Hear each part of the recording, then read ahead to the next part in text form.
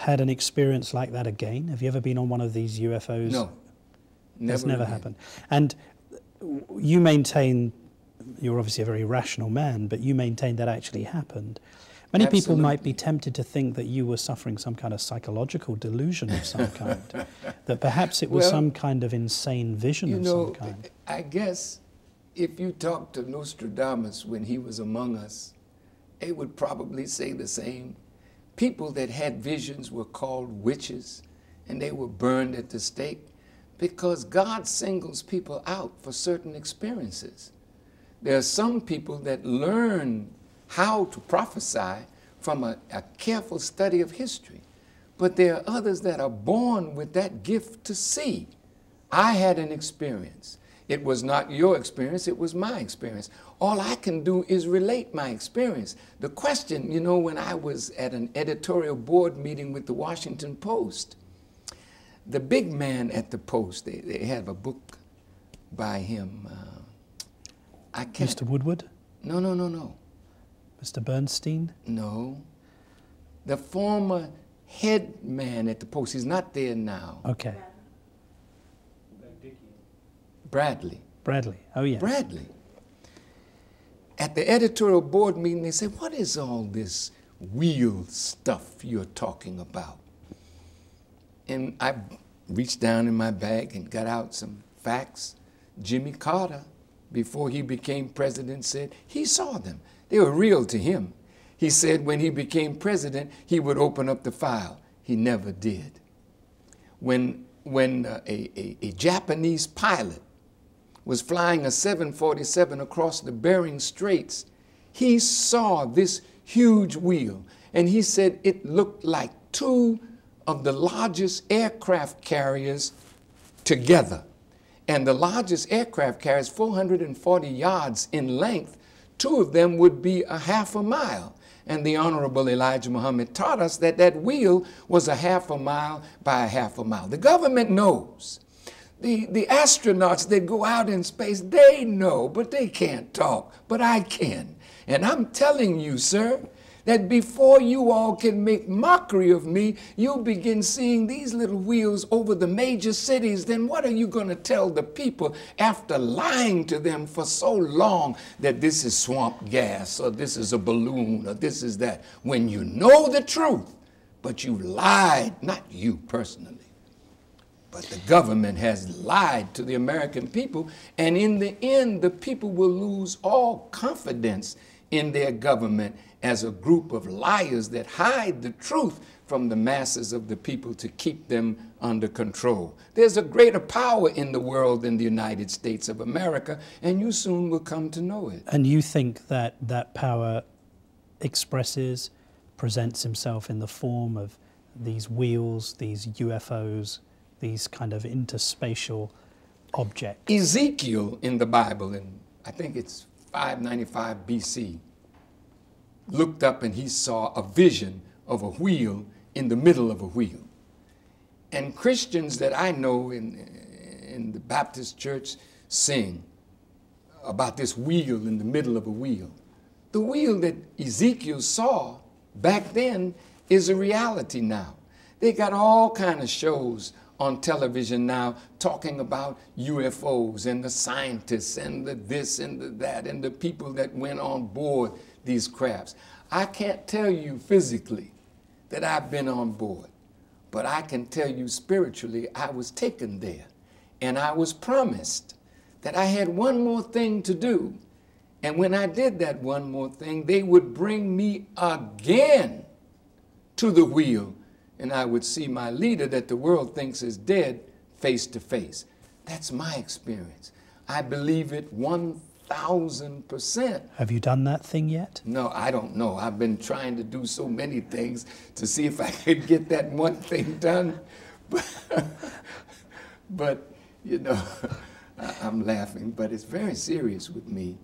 I thought the Million Man March might have been that one more thing, but don't go too fast, because we got somewhere to go. Okay. As you reflect now on the struggle for black equality and empowerment over the decades, where do you think the black community stands today in 2007? We have more black millionaires than we've ever had, more billionaires we've never had, but we have billionaires now. We have more black people with bachelor's degrees, master's degrees, PhD degrees. We have more political clout in terms of blacks in state legislatures, city councils, black mayors, black sheriffs. And on the surface, that looks wonderful, because we have to say that to a degree we've made progress. But you don't judge progress by the few. You judge progress by the masses. And the masses of our people are not going forward. They're slipping further and further behind. So our thought in the Nation of Islam is that we must collect the learned of our people. We have some of the most brilliant people in every field of human endeavor. We need to collect them, unite them, and present them with the problem of our people, that we can put our minds to work in a programmatic way to lift the masses of the people. If we don't do that, then we have failed. The Honorable Elijah Muhammad taught me that no one man can rise above the condition of his people. So if I rise and I don't help to rise others, then my rise is mockery, because I'm the one that got away. I'm the first Negro in ABC, or I'm the first Negro in the NBA or in baseball. But everyone that was the first struggled and suffered to open the way for others. So my teacher said, blessed is the man who forges the way for others. So these great ones that we have now must look at the condition of our people, particularly in the light of the government's failure with Katrina, and say that we must come together, pool our resources intellectually and financially, and lift our people, and stop being a beggar at the gate of white America. For white America's sustenance is gradually diminishing. So we can't continue to depend on America to do for us what we have the capacity, the ability to do for ourselves. You were just talking about making the very important point that whilst there's been individualistic advance by black leaders in various fields, politics, financially, sports, there hasn't been this collective growth or improvement. The average black wage is still only 75% of the average white wage in America. And in fact, black median net worth is about $6,000 compared to $88,000 for white. Does that tell you then that all of the efforts that you've given throughout your life to raise the plight of the black man and woman have really been largely ineffective? To a degree.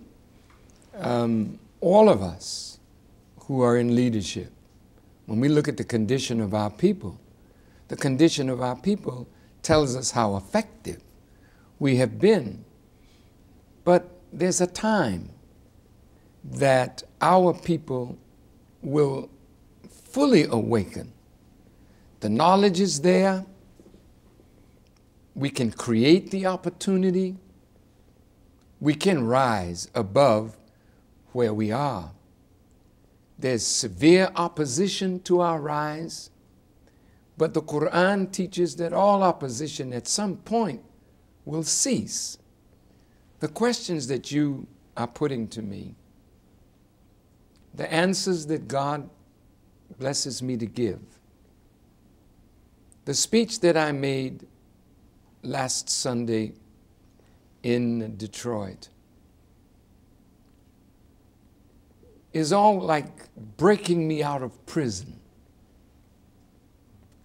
I'm in a prison, not because I deserve to be there, but my passion for truth and justice, and pointing out the wrong that I see, not only in the government of the United States or in other ethnic or racial groups, but the wrong that I see in my own people. Why do you point out wrong? Because you hate? You point out wrong because you hope that by pointing out wrong, someone will recognize the wrong, confess it, repent of it, and change. So I'm getting out of jail now. And I believe that as I come more out of prison, I'm out of the cell now, and the warden seems to have lost the keys, but I found them. And I intend to get completely out of jail by God's permission so that the American people can know that Farrakhan is not anti-white. Farrakhan is not anti-Semitic. Farrakhan is not anti-American. Farrakhan is not anti-gay. Farrakhan is pro-black.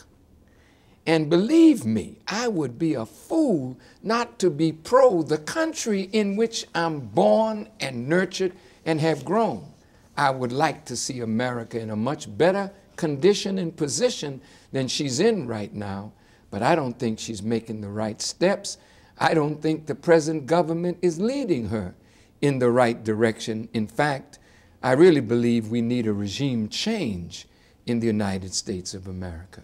It's noticeable that you're using different language compared to the sort of things that you've said in the past. Are you saying now that you regret some of those inflammatory statements? I can never, ever regret speaking the truth. But do you regret the way you said some of those things? The way I speak truth, the passion that I have for the truth that I speak can sometimes get in the way of people hearing what I have to say.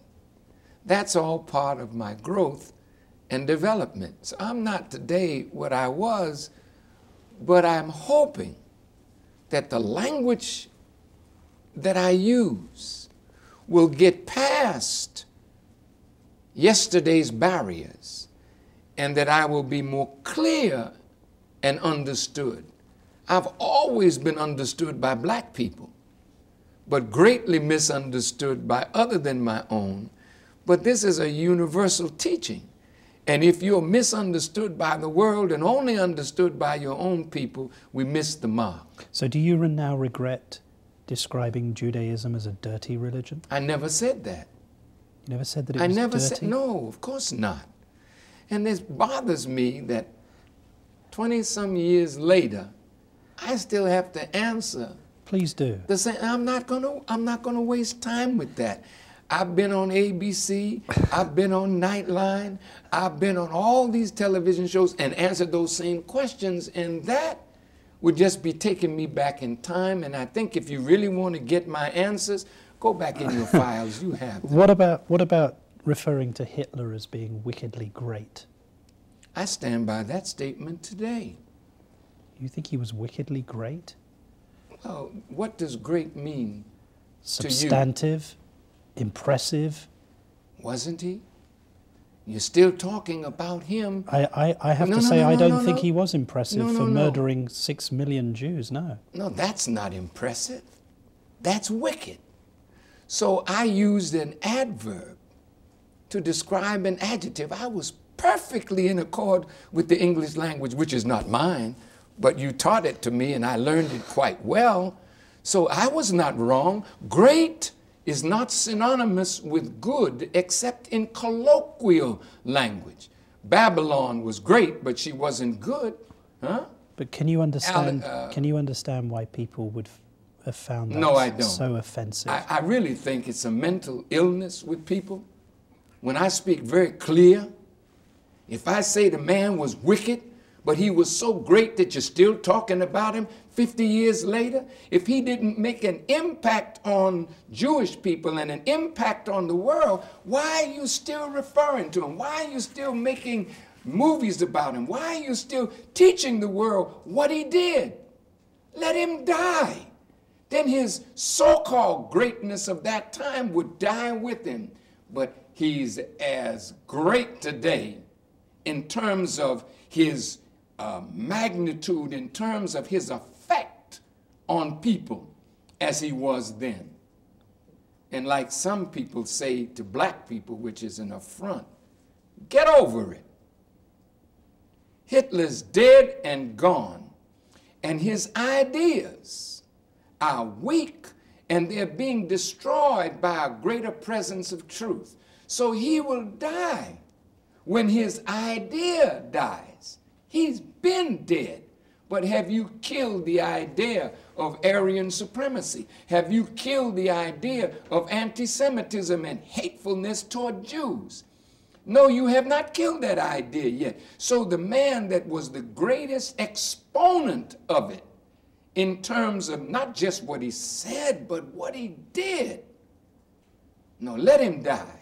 What about you saying that Jews were bloodsuckers because they didn't offer anything back to the community? You know, if you go back, that statement was made on Meet the Press the day before the Million Man March. And my brother, Johnny Cochran, was being interviewed. And you know how you all do. I'm giving you a lot of material. What will you use? What will you present to the American people of Farrakhan? Not you personally, because you are subjected to editors. You are subjected to people who have another view. You're here to get information, but what they do with it, that's another thing. I said Jews, Arabs, Koreans, Chinese, others, and black people that are in the black community taking from our community, building up their communities, and doing nothing for our community. They are blood suckers of the poor. That's the language I use. But when that came up on Meet the Press, they took out all the other people that I mentioned and mentioned just Jewish people. So that feeds the thought that Farrakhan is an anti-Semite. Well, in that case, then call me anti-black, because there are black people that suck the blood of black people and give nothing back. There are Koreans right now who do that. There are Arabs right now who do that. But I say that, and I don't back up from that. What about the anthem you wrote that a white man's heaven is a black man's hell? Absolutely true. So that's generally true? Absolutely generally true, specifically true. We built a heaven for white people in America. We built it. It was built on our backs. And while we were building them a heaven, we were in the cotton fields picking cotton. They were whipping the daylights out of us. They were lynching us, burning us at the stake. We were living in hell while we were producing a heaven for others. Your father was Pakistani, but at one time that was all India. India, ruled by the British. You were living in a veritable hell while the British were sucking the blood of the Indian population until Mahatma Gandhi stood up and united Hindu and Muslim and threw off the yoke. So yes, that is true, but we can change all of that. Hell is a condition of life, and we can turn hell into heaven. White folk don't have the power to keep us in hell if we don't want to stay there. That's our fault today. One of the things you said earlier was that it's time for black people to grasp the nettle. And you said earlier, the nettle, grasp the situation, because you said the white commitment is declining. Do you think that affirmative action has been a positive or a negative influence for the good of black people? Well, it's been positive for black people, but it has a negative effect in the white community. We really don't need anything but an even playing field. And if we had an even playing field, cream always rises to the top. If we've got the ability, we can go there. All we want is the opportunity to play on an even playing field. And if America cannot give us that, then we have to find a way to give that to ourselves. Do you still stand firm on the issue of racial mixing? I don't like it. Why not? No, no, no, no, no. The black woman is suffering today from no black men. Black men in jail, black men on the corner, black men uneducated. Go look at the black colleges or white colleges. You see black women in there getting the finest education. Where will their counterpart be when they come out of college? There's no male counterpart that's even worthy, or very few, that are worthy to marry these young women who are trying to be chemists and scientists and mathematicians and engineers. So we need to wake up. That's why I called the Million Man March. I wanted to get black men to take their responsibility. Now, you can't legislate against love. So when a black person and a white person are truly in love, I have nothing to say about that. Do you forbid in black and white dating and marriage? I would love to forbid it. Because we are so far behind. Our women don't have adequate men. So I want the black man to marry the black woman. I want the white woman to marry the white man. Why? Because that's the natural thing. If it were not natural, you'd have many, many, many, many, many, many cross marriages. You don't find that many Chinese marrying white people, or Indian people, or black people. You find it somewhere, but Chinese marry Chinese. White people marry white people. What's wrong with black people marrying black people? That don't mean we're racist, but we look at the crossing of the two. Well, okay, they're in love. But love transcends ethnicity and racial boundaries. And there will come a time when human beings will love each other enough or respect each other enough that there will be a cross between this and that. But the nature of things is, if China became Muslim tomorrow, they ain't marrying Japanese. They're not even marrying Koreans. But doesn't it tell us that a society is advancing in its compassion and understanding of equality? Is it if really? People can mix? Is it really advancing when there's no advancement in the intellectual capacity of the masses of the people? But I'm not talking about academic achievement.